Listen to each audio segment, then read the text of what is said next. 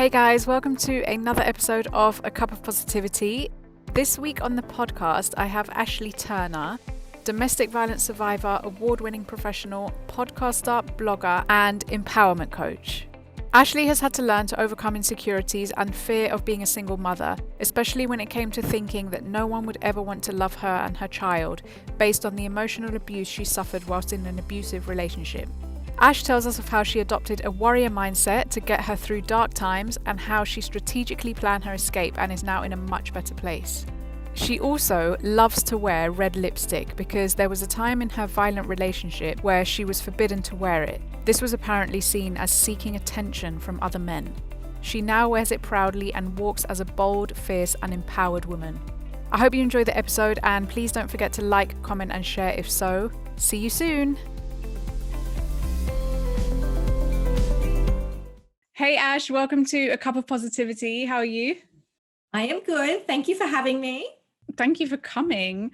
I actually, before we start, I want to say that I'm wearing red lipstick because of you. Yes! Just in case my regular viewers were like, what? Mother never wears red lipstick. Oh, I will be putting mine on after I've had breakfast, so don't worry. So yeah, we'll talk about it after, but yeah, that's me. That's my little disclaimer about my lipstick. I love that. I'm inspiring people with my red nails and lipstick. Yeah, exactly. So first things first is I have my cup of tea. I have loads of leftover Christmas teas and I have a mulled wine tea right now. Oh my gosh, I'm actually jealous. Yeah, there's no such thing like that in Australia. We don't have fancy stuff like that. Well, this is actually a brand called Twist Teas that gifted me like loads of teas last year. And so I had a Christmas box. So it's evening time for me. So I think mulled wine is fine. Yes, I like that. Yeah. And I've got a green tea with a little bit of rice malt syrup in it. That's my thing because I prefer that over honey. What is that rice malt syrup? It is an alternative to honey, but it's just got less sugar in it. Oh. So I'm cutting sugar out. That's my thing at the moment. Yeah. And you've been up really early to like work out and stuff as well, haven't you? Yes, I normally get up at 4 a.m. every morning and I do my cardio, do my weights, and then I'm a morning person. So by about 3 p.m., I'm like, don't talk to me, guys. I'm tired. Like, so I'm like opposite to you. Yeah, no, I'm an evening person, but yeah, no, 4 a.m. is definitely not my thing. It's win the morning, win the day. That's my life motto. Yeah. So you've got your cup of tea. Let's start with an intro. For anyone who doesn't know you, tell us who you are and what you do. Yeah, so my name is Ashley Turner. I'm all the way in Australia, living in Brisbane at the moment. And for me, I'm a single mum. I'm a domestic violence survivor. I'm 29 years old, so it's my big 3-0 this year, which I'm really excited about. And I launched my own podcast, I think late last year, which was about opening up about my domestic violence experience, which has turned more into like a motivational type platform, completely opposite to where I thought it was going to go. Mm-hmm. And I'm kicking ass in my career and I'm thriving after, I guess, my domestic violence experience. Yeah. It's kind of sad that like something so, I'm trying to think of the right word, but I suppose something so traumatic and then have such a positive knock-on effect.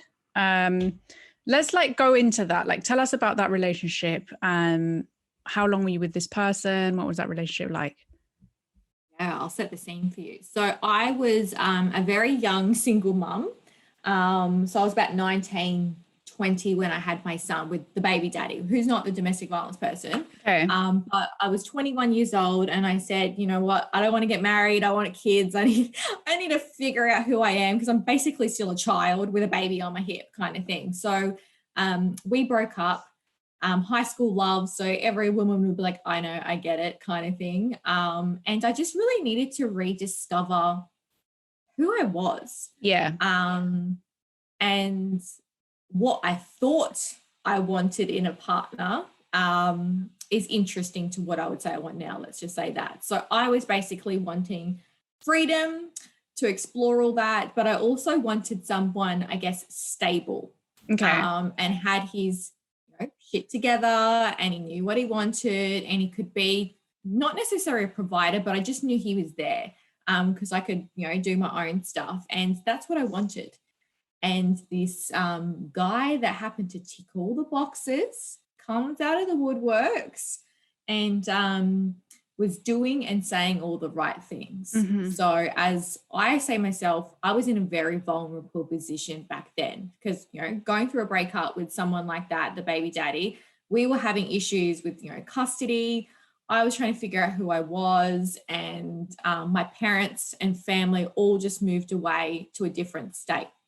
Okay. So I was essentially by myself with friends, which, ladies, is a perfect target for a narcissist. So the guy that came along was a narcissist. He had bipolar. He had, I'm sure he has plenty of other mental, issues as well.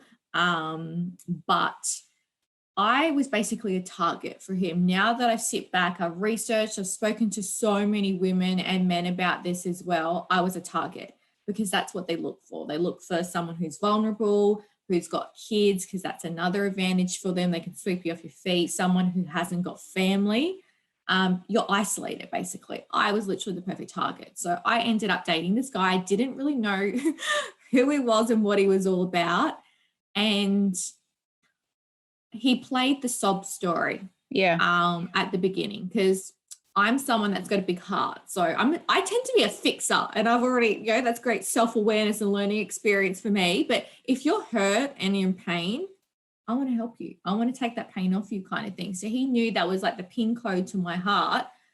Played the sob story about family, being abandoned, all of this sort of stuff to, really reel me in. And it was probably 6 months to 12 months is when he shifted. So the first sort of 3 to 6 months, he was all good. Like, he was fine. And then when we moved in with each other between that 6 to 12 months, everything changed. He all of a sudden started really mentally and emotionally abusing me. And the reason I say I didn't really know is because flash forward 6 to 12 months after I escaped, I realized what happened to me. When I was in there, I had no idea what was going on. No idea. I was just like, he's just being mean.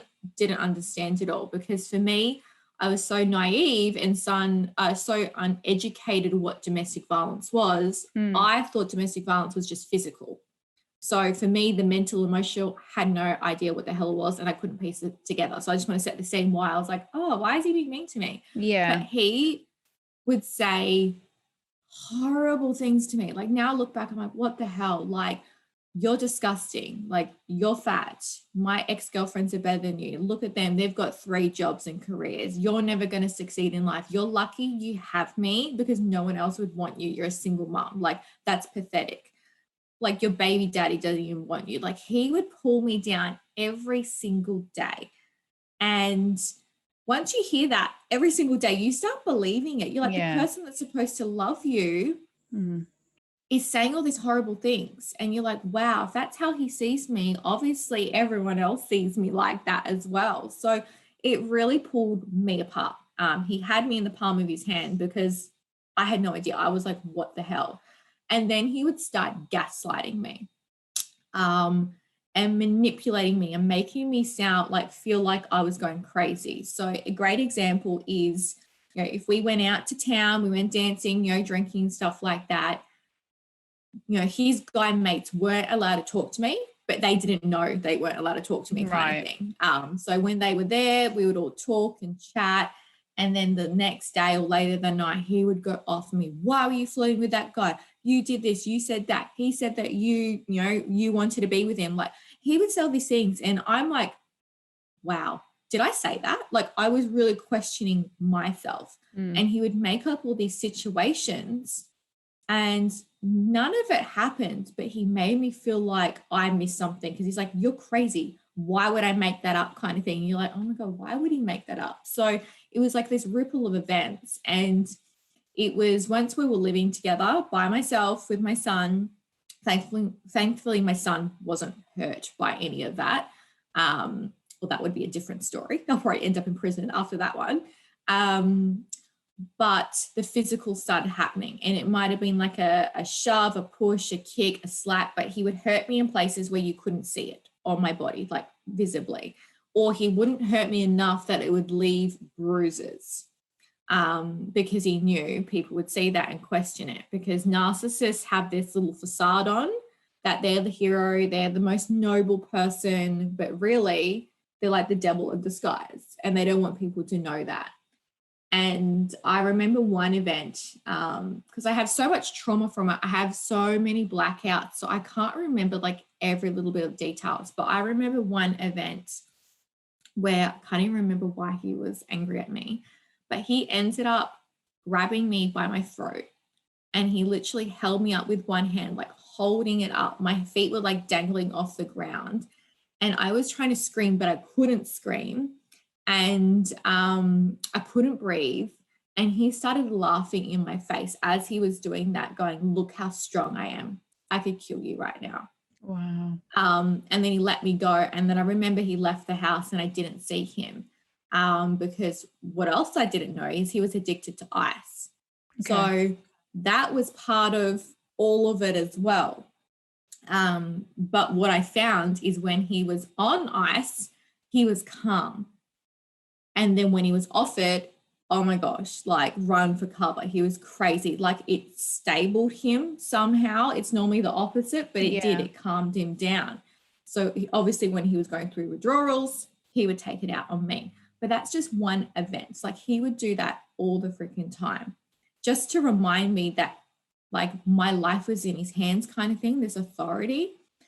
And that kept happening. And I felt like I was literally going crazy. Like if I didn't have my son, and I've said this on my podcast, I don't know if I'd be here right now, because I was like, why am I in this relationship? How do I get out? Maybe that's the only way that I could get out. But I've got a son, so I wouldn't do that to him. Yeah. If I didn't, different circumstances, I might not be here, or I'd probably be in jail for hurting him. Like it's one of those things. And many people get confronted by that, but fate takes you on a path, and it could have been definitely a different story for that. And I remember like escaping. So I was going crazy. I was like, what is going on? So I started journaling at work, writing it all down, all the events, reviewing it, a few days later going, actually, that didn't happen. That event that he said I didn't happen. So I was getting clarity on my reality. That's what I was saying. But I had to do it in a safe place, because he put spy software on my phone and my laptop. Wow. So he was tracking everything, where I was, all of that. And the only reason I know that is because he slipped up and he said, "Oh yeah, your mate said this and that." And I'm like, "Oh yeah, like I forgot I told you that." Like I played along with it, and I was like, "That is something I would not have told you." Yeah. And I remember going to a family friend who's like a bit of an IT expert, and he went through my phone and my laptop, and he went, "You've got spy software on this. He is tracking everything."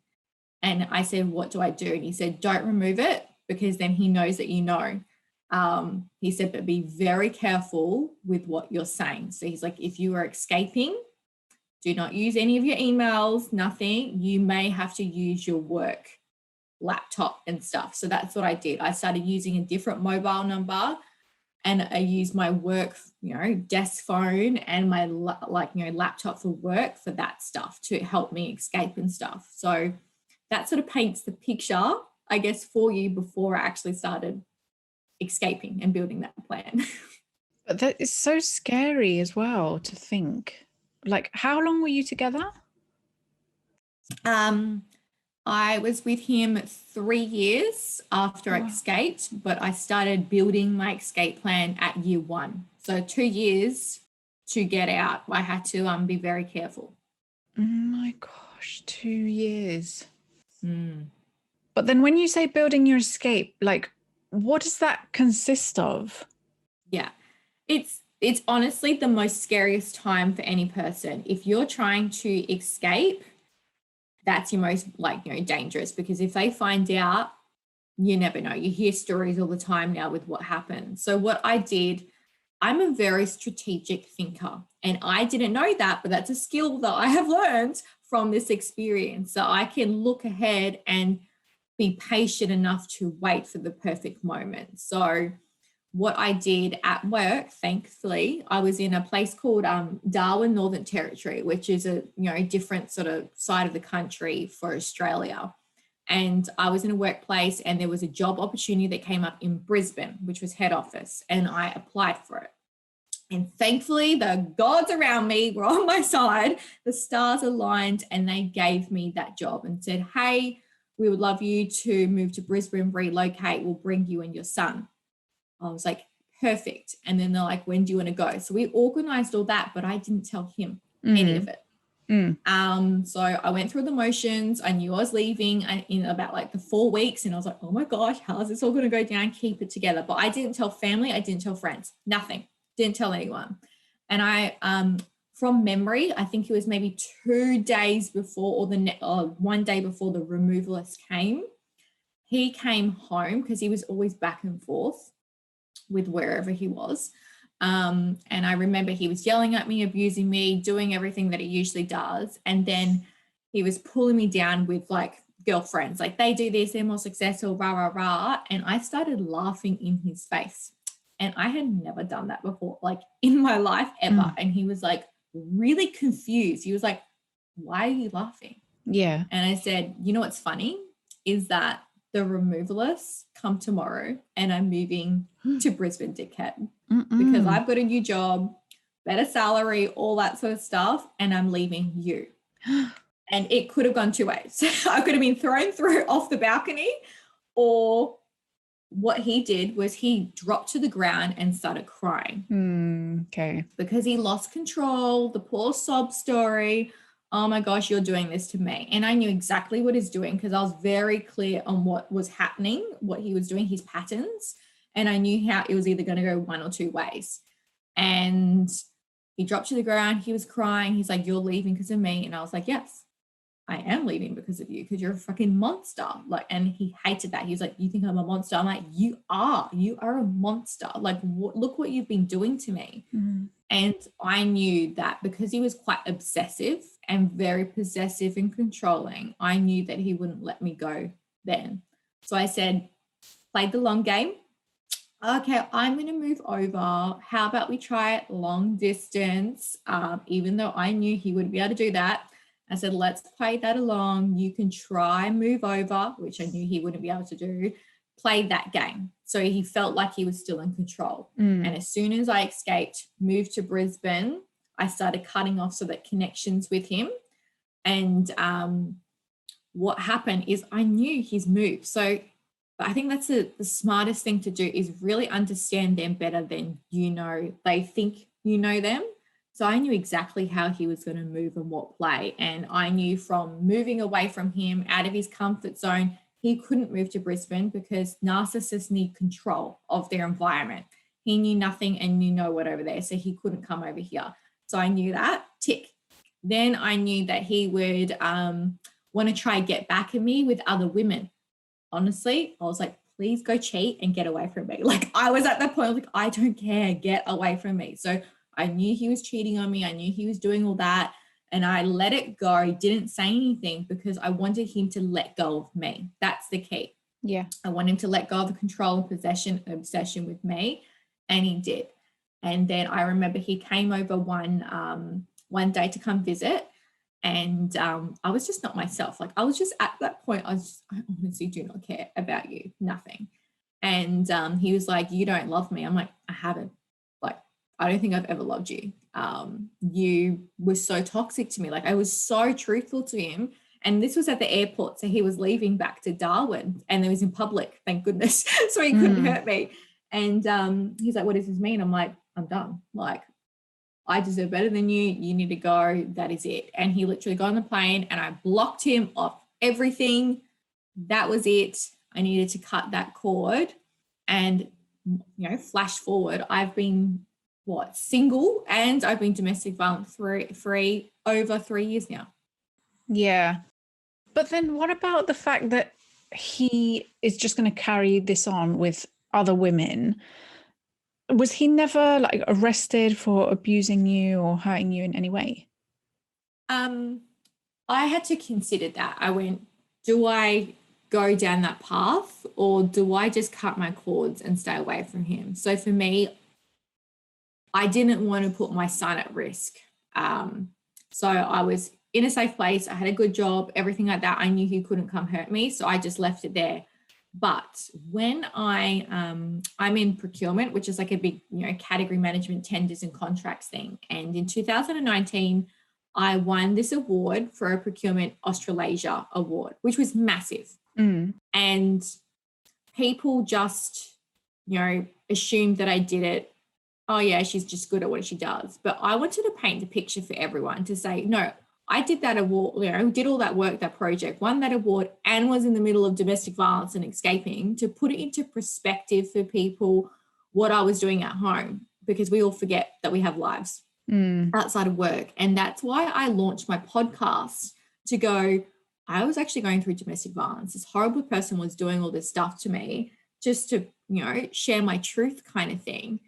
And when I did that, the amount of women that contacted me saying that he and his brother were doing the same things before me and probably still now, I was in shock, because I thought I was the only one that he hurt. Yeah. But there were like over 10 women that contacted me saying, he did all this stuff to me, not as severe, because I was the only one to live with him, unfortunately. But even his brother does the same stuff. So I had all his ex-girlfriends contacting me as well. And I went, holy shit, these blokes think they can get away with this. Do I know if they're doing it now after I've, done that? Because Darwin is a very small place. So once I launched that, everyone in Darwin know, and they knew exactly who it was. So I don't know if that stopped them from, the last 3 years or 2 years in particular, or they're still doing it. But I would hope that they're not, because they're being sort of called out. It's like their first little red flag. And now I've got other women that could potentially come forward as well. So, but with people like that, they will never change. They both would be spinning this story. Ashley lied about everything. Yeah, sure, mate. If that's what makes you sleep better at night, okay, then we'll believe you. Yeah, it just kind of makes me sad that a lot of these stories that I hear, the men are just out there continuing this vicious cycle. I don't know, like, what can we do about it? For me, it was my position was karma. I went, you know what? Karma is going to come back and it's going to bite him on the ass. And I know of major events that have happened to him in the last sort of 3 years. And I'm like, karma's just building up with all this stuff. If it was more severe, like physically or whatever it was, I definitely would have done something. But because in the last 3 years, emotional, what is it called? I can't even remember now. Coercive control. Hasn't been a thing. Yeah. So if I went to police and went, oh, he did all this, they'll be like, yeah, where's your evidence kind of thing. But now it is becoming a thing. We're getting more, platforms about it. 100% women and men that go through it can come forward. Yeah. But back then they would have looked at me and gone, are you crazy? Like, what drugs are you on, kind of thing? Like, where's your evidence? Which is sad, because I know so many people that have contacted me saying they're going through like divorces and house settlements or whatever it is, and that doesn't even play a card on it. Like, well, did he break your arm? Did he try to kill you, kind of thing? No, it's the emotional and financial abuse, sexual abuse, all that sort of stuff in the background.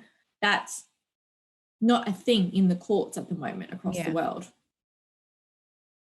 Well, tell us about what you are doing now. So you mentioned your podcast. How did your podcast come about? Yeah, so it was after that award, I launched the podcast, Empower with Ash, and I did it to share my domestic violence story. And I just assumed that I was going to stick to my story only and just keep evolving. And then I had so many other people from, domestic violence, but other adversity that they're going through wanting to share theirs. And I was like, oh my God, this is a thing. Like, people want to talk to me about this. Yeah. And then so I've been doing that for the last year or two, nearly 2 years. I'm loving it, but it's evolved into more motivation than just specific things, because what I have found is not everyone can relate to domestic violence, but they can relate to other, people's stories and the tools and the tips that I can help and provide from my perspective. And I think for me, I did it for me as a healing process. I didn't do it to, have people listen, if that makes sense. It was just like a self-therapy thing for me to go, I need to get it out. I've been bottling this in because no one knew what happened. And my family and friends didn't even know what happened until the podcast came out. Like, no one knew. They had a suspicion, but they didn't know how bad it was. So that's what I've been doing in the background and loving it, loving the journey and the transformation with that one. But I've been, writing a lot of ebooks. I've got other books trying to be published and everything at the moment, going through that sort of process. But I'm doing really well in my, my career, which is procurement, working for the Caterpillar dealerships for all those earthworking type fans out there with the big yellow trucks in the minings. I work for a company that supports that sort of stuff. So I'm doing well. I was actually shortlisted to top 10 young Australians of the year last year. Amazing. For what I'm doing for Queensland, which, one of my viewers nominated me with. So it's like you're making a small impact and you don't even know it. And I'm up for another Resource Women of the Year award next week. So I feel like I'm on track. I'm doing my thing. I'm doing, on the right path. Have no idea what's ahead of me, because I'm one of those people.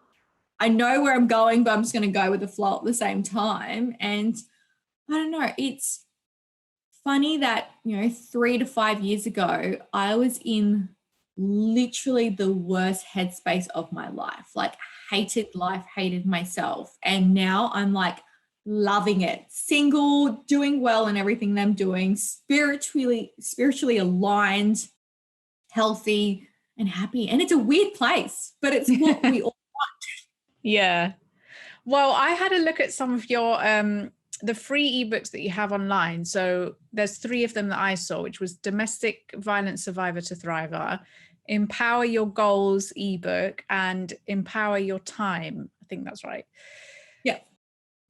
Because I haven't been through like an abusive relationship experience, but I was like, I need to go through these books because they were just like really inspiring and like relevant. So tell us, what are they about and like who are they aimed at? Yeah, so I did my first one, which is around Empower Your Time, because I am probably one of the most organized people you will ever meet. Like, love it. To the point where I'm OCD and I've had to learn to go, chill, Ashley, chill, like with how I am. Because really, I just want everything to be perfect. So I did that one to really help people in whatever situation you're in. We're always in that sticky situation. How do you get better with your time management, organization? How do you get your shit together? All of that. And I've really helped people with that. And the goals one, I'm a big goals junkie. If I do not have a goals list and a to-do list, like I'll have a meltdown. Like that's just how that's how my brain works. I'm wired that way. And that is probably one of the things that I can do. I'm like the movie Terminator with Arnold Schwarzenegger. People tell me that I'm that, like, you're like the Terminator. Like you have a target, that's it. Move out of my way. That is it. That's what I want. So I really wanted to share the people that passion and relevant concepts and tools. And I'll actually send you the full copies of those ones so you can see amazing. It all. And it just really helps people because it's how my mindset works, how I've achieved them, and how other people have as well. And my favorite one's the domestic violence survivor mindset one, and it's the biggest one out of them all. I think it's like 100 pages or something, and it's really breaking down the concept of what empower means to me, but how people shift their perspective from being a victim in their own sort of lives, to pushing past that to go, you know what, life happens for me. It doesn't happen to me. Mm-hmm. And the quicker, like the moment that you realize that, you're like, oh my Lord, things just change. You start seeing things differently and you just build this momentum. So it's like little bites of information that I can help people through. It gives people insight to how my sort of experience of my personal growth during the domestic violence, like I give people the tools of what I did or insights. And I've had so many people go, oh my gosh, I didn't even think of all these things, and it's helping them escape or have escaped, or they're planning to escape domestic violence as well. You've got an acronym for Empower, haven't you? Yes. What is it? Tell us. I bet you I'm going to forget now that I've said it, knowing my luck. E is for embrace vulnerability. That's a big thing. M is motivation starts with you. P is passionate purpose. O is overcome insecurities and fears.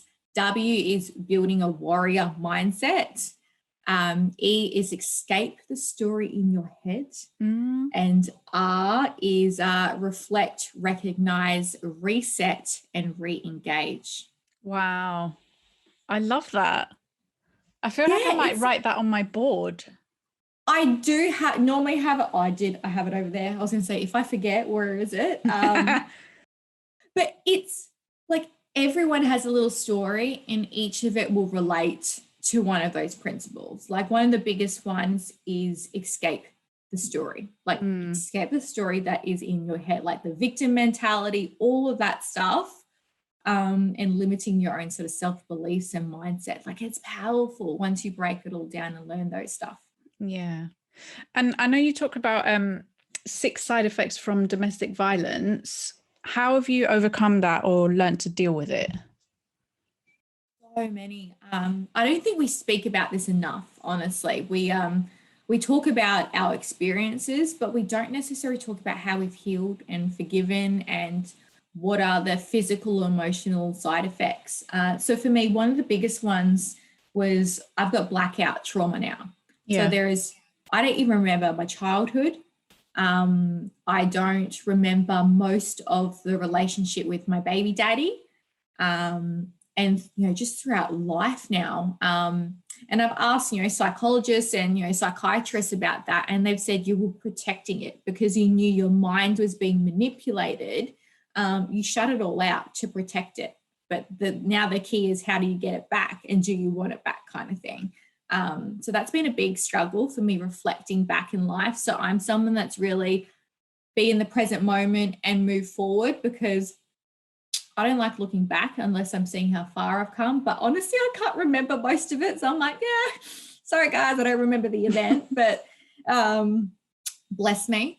But that's been something that's been huge. But for me, it's also triggered like body dysmorphia and stuff. So being pulled apart like that for years, it's come into my life now. And I still have to, some days I'm good and some days I'm like, oh my gosh, what the hell has he done? And what have I allowed him to do to me kind of thing. But body image is a big thing for me now.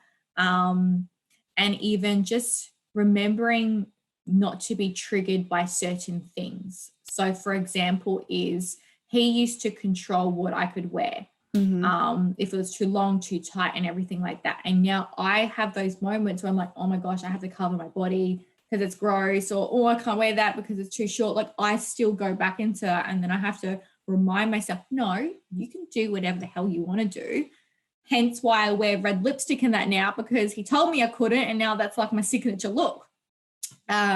So it's a little FU to him and helps other domestic violence survivors go, yeah, I have a thing too where he said I couldn't. So that's a big thing. But physically as well, like emotionally, where do I start? We need bloody wine with the tea for that one. It's dating. So this is a big thing we don't even talk about, like dating after something traumatic like that. I have literally been single 3+ years since him. I have not dated, not kissed, no sex, nothing, because I was Wow. like, I need to just date myself. I need to heal. And I don't want to put some guy through all my emotional baggage if I haven't sorted myself out. So that's been like I'm a little bit of the Virgin Mary and nun at the moment. And I am just a tattooed up version that likes Iron Maiden, like, but completely opposite to what it should be. But it's been a commitment to myself to go, I'm not going to date because I'm going to wait for the right person, and I need to figure my own self out, especially when you go through something like that. So body dysmorphia only popped up as a reminder from what I went through in the last year or so. Which is couple years afterwards, and I went, oh my gosh, why am I so self-critical? And I even developed like IBS, because when you're in so much stress with your body, your digestion, it was about 6 to 12 months after, once I started relaxing, now my body went, oh, hey, I'm going to give you IBS, and you're already nice. celiac. So I'm like, what have I done to deserve this? But emotionally as well, it's the dating, it's the self-confidence, it's little things like when you go out and a guy will talk to you, you don't have to do a backflip matrix to get away from the guy, because you're not going to be attacked from this person that's not there. Like, there's just these conditions you've got to uncondition. But there's so much, like, we all have a different trigger and we all have different side effects, but me sharing mine gives it to perspective that all of those side effects were from the emotional abuse. Yeah. Not the physical. The physical, abuse. Yeah. So what is your vision for the future? Gosh. Depends on what day. Depends what day sometimes. I'm someone that I know I'm a little bit of a control freak, and I've had to just chill. This has been my vision or my thing for this year, to go, actually, you cannot control the universe. The universe will give you what you're ready for. So that's a big thing, because all my friends laugh at me like, you're not really going to control anything? No, I'm not. I'm going to try not to control anything. For me, my ultimate goal is just inner peace and happiness. Like that is the goal for me. And wherever my life takes me, I'm going to embrace it, because you go through so much transformational growth, like the 7-year cycles of life kind of thing. And if I look back who I was like 10 years ago, let's say 20-year-old Ashley just had a newborn, to Ashley who's 30, oh my God, it's changed so much. Yeah. So for me, for 30 to go 40, I'm like, I have no idea, but I'm going to write myself a letter, and I have, for what I'm going to open on my 40th and my 30th, because I did that a few years ago, just to see how far you come and go, oh my God, you're so silly. Why did you think you were going to do that? Like, just because that's just life, where you think you're going to go down this path and you end up down a different one. So I know where I want to sort of go, but I'm sort of just trusting the opportunities that come to my table as well. Yeah. Okay. So how can people get in touch with you following this podcast? Yes. Instagram is where it is at. So I'm more myself on there. I've got LinkedIn and Facebook, but I feel like I can't swear as much on there because there's a different audience. Yeah. I do have a little bit of a potty mouth. So Instagram, Empower with Ash. And then I've got, you can find all my podcasts on Spotify and wherever else. They're everywhere. And websites, empowerwithash.com. And then I always ask my guests, if our listeners or viewers on YouTube could take away one golden nugget from this episode, what would you want it to be? Okay.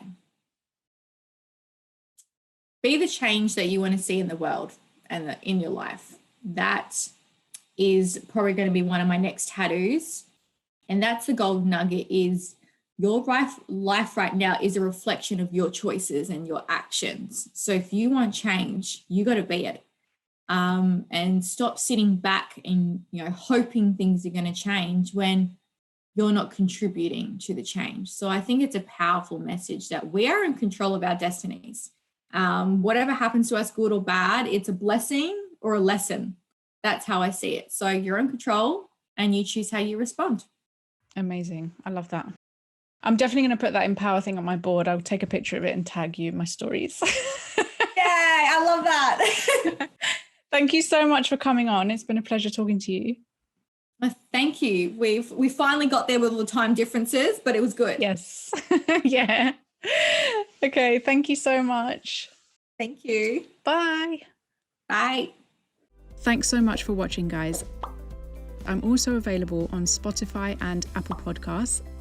Oh yeah, and don't forget to subscribe to get notifications on new episodes every Wednesday.